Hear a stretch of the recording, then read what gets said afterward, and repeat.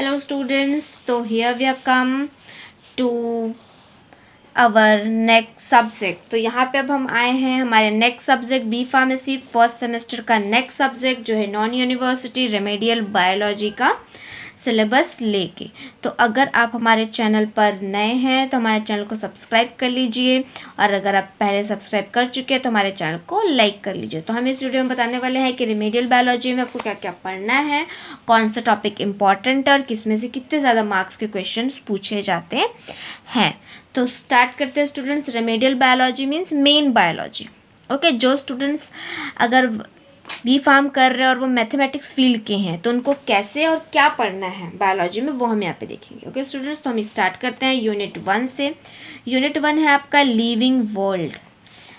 तो यहाँ पे हम देखेंगे लिविंग वर्ल्ड क्या होता है, उसका definition and characters of living organization. Living organization का डेफिनेशन क्या होता है, उनके कैरेक्टर्स क्या क्या होते हैं। नेक्स्ट हम देखेंगे diversity in the living world. Living world में कैसे डाइवर्सिटी को डिवाइड किए। डाइवर्सिटी मतलब first consumer, second consumer, third consumer. Next है स्टूडेंट बाइनॉमिनल नॉमेनक्लेचर। नॉमेनक्लेचर क्या होता है, बाइनॉमिनल नॉमेनक्लेचर क्या होता है स्टूडेंट्स। तो इस यूनिट में लिविंग ऑर्गेनाइजेशन में डेफिनेशन इंपॉर्टेंट है एंड बाइनॉमिनल nomenclature. तो here we next 5 kingdoms of life and basis of classification. 5 kingdoms क्या होते हैं और उनके क्लासिफिकेशन ये देखेंगे हम इसमें। Salient features of Monera, Protista, Fungi, Animalia, Plantae and virus, ये सब क्या होते हैं स्टूडेंट्स, आपके 5 किंगडम्स होते हैं। इनके बारे में हम इनके क्लासिफिकेशन का इसमें पढ़ेंगे। तो अब यूनिट 1 का लिविंग वर्ल्ड हो गया स्टूडेंट्स। नेक्स्ट हम देखेंगे मॉर्फोलॉजी ऑफ फ्लावरिंग प्लांट्स। अब हम यहाँ पे देखेंगे फ्लावरिंग प्लांट्स का मॉर्फोलॉजी। मॉर्फोलॉजी मतलब एक्सटर्नल स्ट्रक्चर। ओके स्टूडेंट्स, तो ये है आपका morphology of different parts of flowering plants. अब किसी भी फ्लावरिंग जो प्लांट होगे उसके अलग अलग पार्ट्स का मॉर्फोलॉजी मतलब उनका स्ट्रक्चर देखेंगे। रूट का, स्टेम का, inflorescence, flower, leaf, fruit, sheet, उसका हम क्या देखेंगे यहाँ पे student, morphology means structure. Next है जनरल एनाटॉमी ऑफ रूट्स। अब यहाँ पे हम देखेंगे एनाटॉमी मीन्स, मैंने आपको अपने प्रीवियस वीडियो में बताया था, एनाटॉमी का मतलब होता है स्ट्रक्चर। तो यहाँ पे हम देखेंगे रूट का स्ट्रक्चर, एक्सटर्नल स्ट्रक्चर, स्टेम का, लीफ का, मोनोटोडाइलडॉन्स का, इन सब का हम क्या देखेंगे स्टूडेंट्स, एनाटॉमी देखेंगे। तो यहाँ पे हमारा हो गया यूनिट 1। इसमें मॉर्फोलॉजी में ये जो सेकेंड टॉपिक है ये भी इंपॉर्टेंट है, इसको भी आप लोग अच्छे से करिएगा। नेक्स्ट है यूनिट 2। यूनिट 2 में आता है आपके बॉडी फ्लूइड्स एंड सर्कुलेशन। तो स्टूडेंट्स बॉडी फ्लूइड का मतलब बॉडी के अंदर जो फ्लूइड प्रेजेंट है, it means blood. Okay, and उसका सर्कुलेशन कैसे होता है। तो हम फर्स्ट इसमें देखेंगे composition of blood, blood groups and coagulation of blood. Composition of blood means कि ब्लड में क्या क्या चीज़ मिक्स है, ब्लड ग्रुप कैसे डिसाइड करते हैं। ब्लड ग्रुप मतलब जैसे ब्लड ग्रुप होता है ना, ए पॉजिटिव, बी पॉजिटिव, वो कैसे होता है। And coagulation of blood means blood का थक्का जमना, जैसे चोट लग जाता है तो उसके ऊपर क्लॉटिंग हो जाती है ना, वो सब कैसे होता है।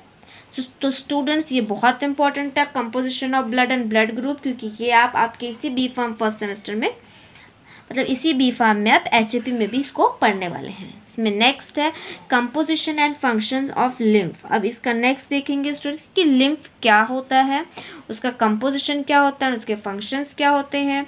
नेक्स्ट देखेंगे ह्यूमन सर्कुलेटरी सिस्टम। मतलब सर्कुलेटरी सिस्टम मतलब बॉडी में से कौन सा सिस्टम या कौन सा ऑर्गन प्रेजेंट होता है जो बॉडी में बॉडी फ्लूइड्स को सर्कुलेट करता है। तो उसके बारे में हम किस में पढ़ेंगे, ह्यूमन सर्कुलेटरी सिस्टम।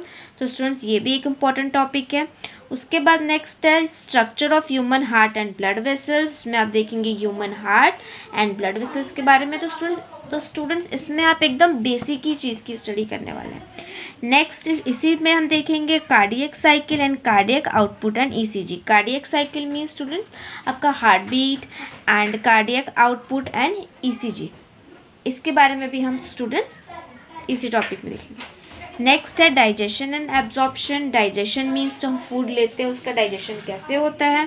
इसमें हम फर्स्ट देखेंगे human alimentary canal and digestive glands. Human alimentary canal क्या होता है, डाइजेस्टिव ग्लैंड्स क्या होते हैं।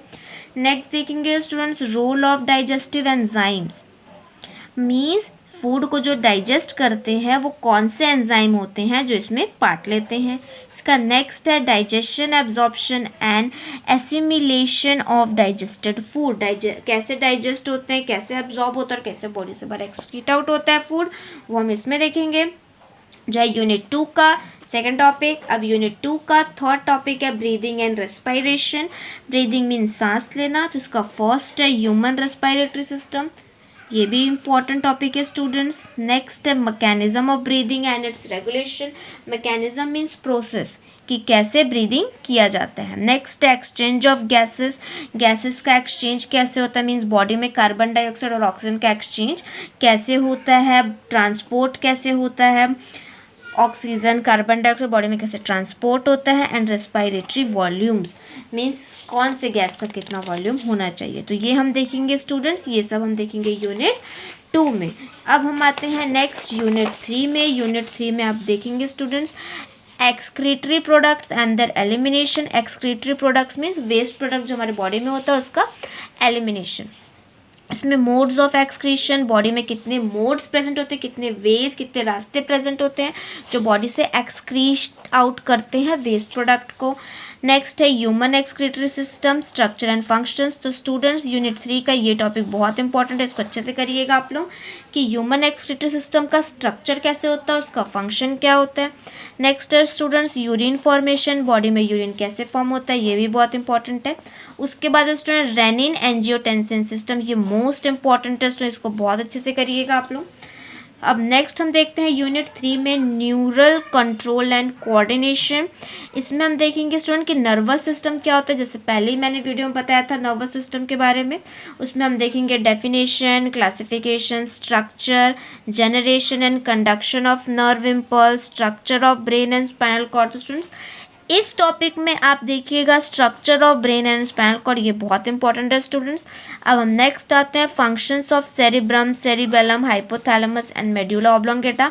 तो स्टूडेंट्स यूनिट 3 के टॉपिक सेकंड में हाइपोथैलेमस एंड सेरिब्रम का जो फंक्शंस होते हैं वो मोस्टली पूछे जाते हैं।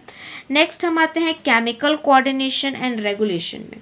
ठीक, ओके स्टूडेंट्स। तो इसमें हम क्या देखेंगे, एंडोक्राइन ग्लैंड्स क्या होते हैं, मीन्स जो ग्लैंड्स हार्मोन्स रिलीज करते हैं और वो एंड देयर सिक्रीशंस, और वो क्या रिलीज करते हैं। उसके बाद हम देखते हैं functions of hormones secreted by endocrine gland. पहले हम क्या देखें इसमें कि जो हार्मोन्स होते हैं वो कौन से ग्लैंड से रिलीज होते हैं। नेक्स्ट हम देखेंगे वो जो हार्मोन्स रिलीज हो रहे हैं उनके फंक्शंस क्या क्या हैं। अब नेक्स्ट स्टूडेंट्स यूनिट 3 में ह्यूमन रिप्रोडक्शन। ओके स्टूडेंट, तो इसमें हम देखेंगे parts of female reproductive system. Female reproductive system के कौन कौन से पार्ट्स होते हैं। नेक्स्ट देखेंगे parts of male reproductive system. Male reproductive system में या मेल्स में रिप्रोडक्शन के लिए कौन कौन से पार्ट्स होते हैं। स्पर्मेटोजेनेसिस एंड oogenesis क्या होते हैं स्टूडेंट, मतलब फीमेल्स में कैसे एग्स बनते हैं एंड मेल में कैसे स्पर्म बनते हैं। And then menstrual cycle means girls को जो हर मंथ मेंस्ट्रुअल साइकिल जो होता है वो कैसे होता है और वो कैसे आता है। यहाँ हो गया यूनिट 3। तो स्टूडेंट्स यहाँ पे आप ये menstrual cycle and parts of female and parts of male reproductive system भी पूछा जाता है। नेक्स्ट हम आते हैं यूनिट 4 में। तो स्टूडेंट्स यूनिट 4 है प्लांट्स एंड मिनरल न्यूट्रिएंट्स। अब प्लांट्स और मिनरल से कौन कौन से न्यूट्रिएंट्स मिलते हैं, इसमें है essential minerals, macro and micro nutrient क्या क्या होते हैं। नेक्स्ट हम देखेंगे नाइट्रोजन मेटाबॉलिज्म क्या होता है, नाइट्रोजन साइकिल क्या होता है, बायोलॉजिकल नाइट्रोजन फिक्सेशन क्या होता है। तो स्टूडेंट्स ये जो टॉपिक है ये बहुत ही इंपॉर्टेंट है, इसको आप अच्छे से करिएगा। यूनिट 4 का नेक्स्ट है फोटोसिंथेसिस। आप सब जानते होंगे फोटोसिंथेसिस क्या होता है। इसमें हम देखेंगे ऑटोटॉपिक न्यूट्रिशन क्या होता है, photosynthesis, photosynthetic pigment factors affecting photosynthesis. तो स्टूडेंट्स फैक्टर्स जो होते हैं इसके बहुत इंपॉर्टेंट है और ये यूजुअली पूछे जाते हैं।